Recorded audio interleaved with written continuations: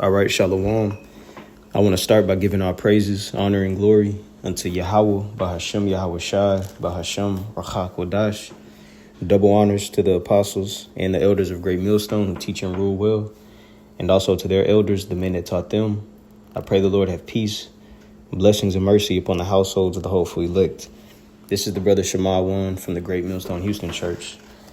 And I want to come with a lesson, really just touching on being thankful and appreciative for the Lord giving us, this opportunity that we have, to be one that has been called to receive the truth rather than staying in complete darkness, being outside of the way of understanding. All right. But actually being called where now we have an opportunity. Okay, if we're one of those that have been, not only called but chosen, we have an opportunity and a chance to be saved and delivered and to be in good standings, with our Savior.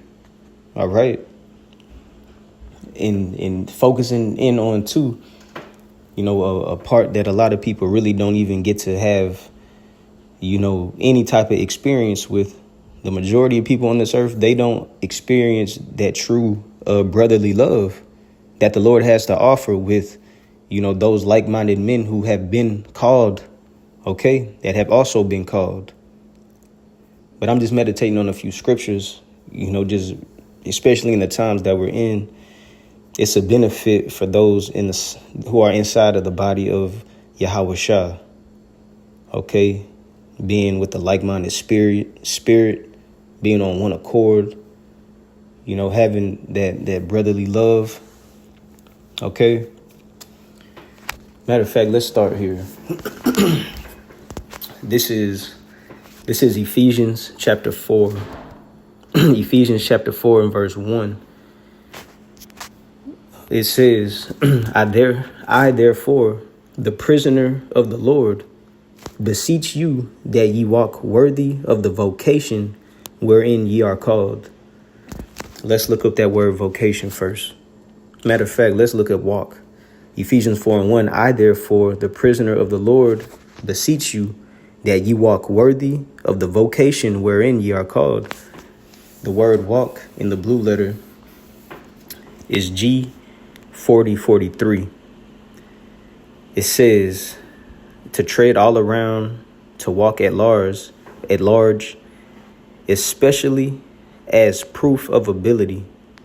Especially as proof of ability. It says to be occupied with. Let's go down to the outline of biblical usage. It says, here's the point: to make one's way progress, to make due use of opportunities, to make due use of opportunities. So again, it says, I therefore, the prisoner of the Lord, beseech you that ye walk, or to take due use of opportunities, worthy of the vocation wherein ye are called. And that's something that a lot of people don't have the opportunity to do. That's why it's even more of a reason to be thankful and grateful. Because the Lord has us in this thing. It could have been anybody else, but lo and behold is little old us. All right, a part of something way bigger and beyond, what we could really even imagine. And man, so much greater than what is offered on this side, what's attached to this life and this experience, what the world has to offer, what Yahweh Shai has to offer. That's why it says to make one's way progress, to make due use of opportunities. It's important to make use of the opportunities that we get. And it says worthy. of the vocation wherein ye are called. That word vocation in the blue letter is G2821. Straight to the point. On the outline of biblical usage, number 2, it says, of the divine invitation to embrace salvation of the Most High. Of the divine invitation to embrace salvation of the Most High. All right, and those are some beautiful definitions that hold weight. Just, man, thanking the Lord for allowing us to be a part of, of the greatest thing going on this side. All right, in the title, it says unity of the Spirit. Ain't too many people in unity of the Spirit of Yahweh Ba'ashem Yahweh Shah that's being mindful of these scriptures. Okay, that actually have faith, of applying this to their life that will lead to, what did it just say? Of the divine invitation to embrace the salvation of the Most High, man. Let's look up that word on the online etymology. Vocation, it says a spiritual calling. It says a spiritual calling. Let's go down. It says the sense of one's employment or occupation. The sense of one's employment or occupation. Okay, and this is what the Lord, brought us in. And 2, if we're employed or if this is our occupation, there's work that needs to be done. Like it gave the definition for that word walk. It says to make due use of opportunities. So, within this ministry, the work that we required, that the Lord requires of us to do, hey, that's an opportunity within itself, to work for the Lord rather than just working to punch a clock and get a paycheck every 2 weeks. All right. Hey, we're working for the Lord, which is going to lead to salvation if we apply it. Okay. Verse 2, Ephesians 4:2, with all lowliness and meekness, with long suffering, forbearing one another in love, endeavoring to keep the unity of the Spirit in the bond of peace. This only applies to like-minded men, who have received that same invitation. Okay, that's why, like, the dealings among the body, the dealings amongst the brotherhood, the dealings among those that the Lord gave that invitation to is going to be different. All right, that's why it is a true opportunity at something good, and beneficial. All right, and nothing can get in the way. We can't allow ourselves, we can't allow, the flesh to get in the way. And that's why we have to tap into the help, that the Lord has for us, prayer, the body that the Lord has us a part of, the brotherhood. Okay. Not isolating yourself, not having that type of spirit, not being disenchanted, but taking full advantage of also the help,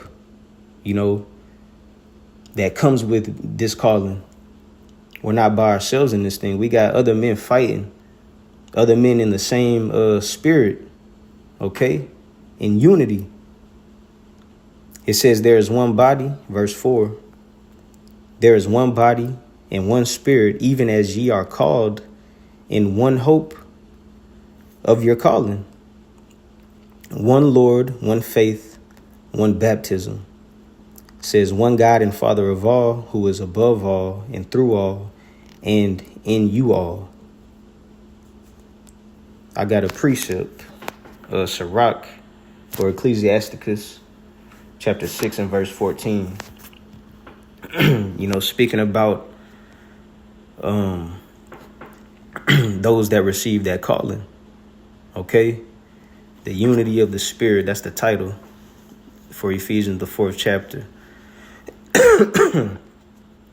But Sirach chapter 6 and verse 14, it says, a faithful friend is a strong defense, and he that hath found such an one hath found a treasure.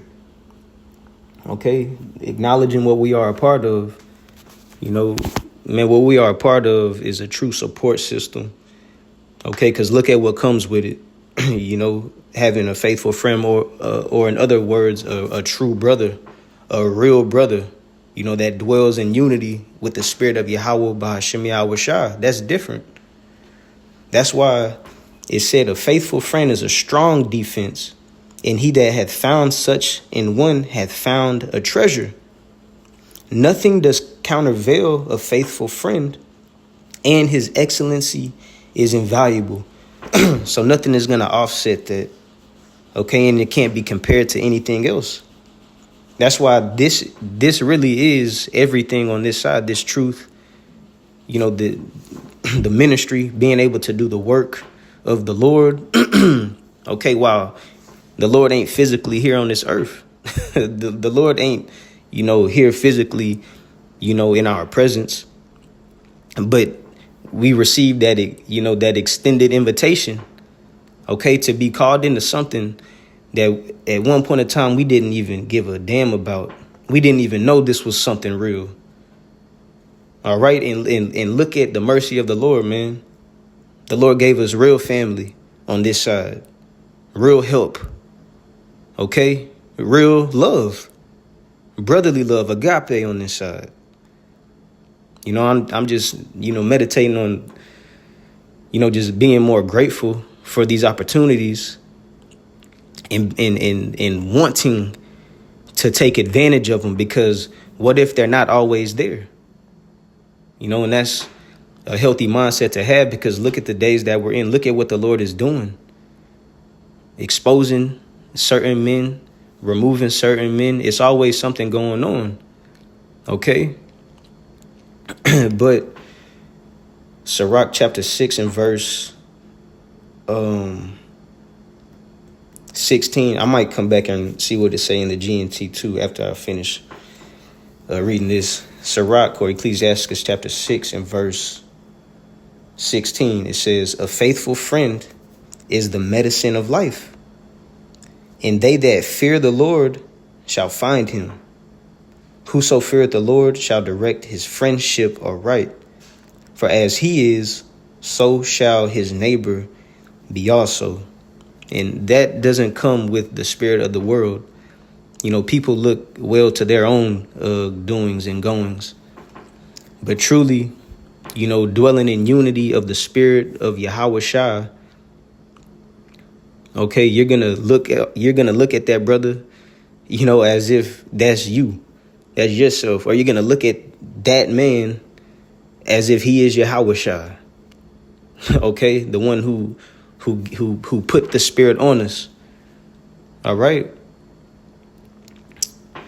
Let's see what it says in the GNT real quick. And I don't plan on this being long or extended. This was just something that hit my spirit after listening to a lesson from a brother.